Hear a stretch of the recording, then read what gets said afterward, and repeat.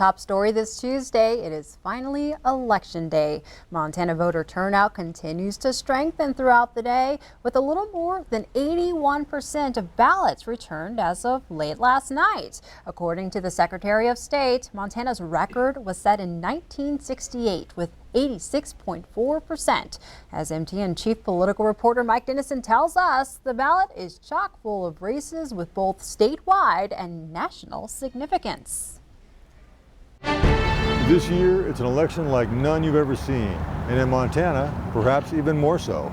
Let's start with the voting process. In 45 counties, the regular polling places are closed today because of the COVID-19 pandemic. But ballots have been mailed to all registered voters in these counties, including in the state's 8 most populous, which contains 70% of the voters statewide.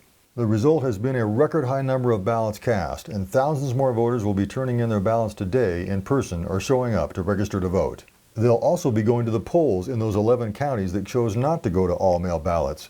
As for the statewide contest in Montana, President Trump is expected to win the state over Democrat Joe Biden. The only question may be by how much. But in the other major races, closer contests are the norm. Montana will choose a new governor among Republican Greg Gianforte, Democrat Mike Cooney, and Libertarian Lyman Bishop.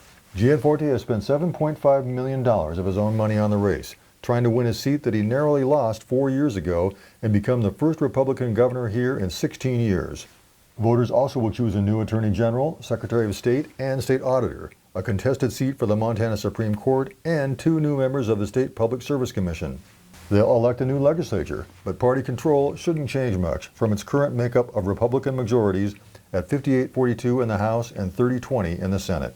Montanans also will choose a new U.S. House representative, Democrat Kathleen Williams or Republican Matt Rosendale, who are in what's expected to be a close contest for a seat that Republicans have held for 24 years. And finally, the biggest race in the state, the $160 million plus battle for a U.S. Senate seat between Republican incumbent Steve Daines and Democratic Governor Steve Bullock. All polls point to a photo finish, which may not be decided until late tonight or tomorrow morning when all the votes are counted.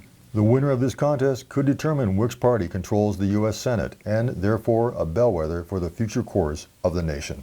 It doesn't get much bigger than that. So if you haven't voted, get on down to the county election office today. As I said, it's an election like none we've ever seen. Reporting from Helena, Mike Dennison, MTN News. And voters have until 8 o'clock tonight to cast their ballot, drop it off, or register and vote.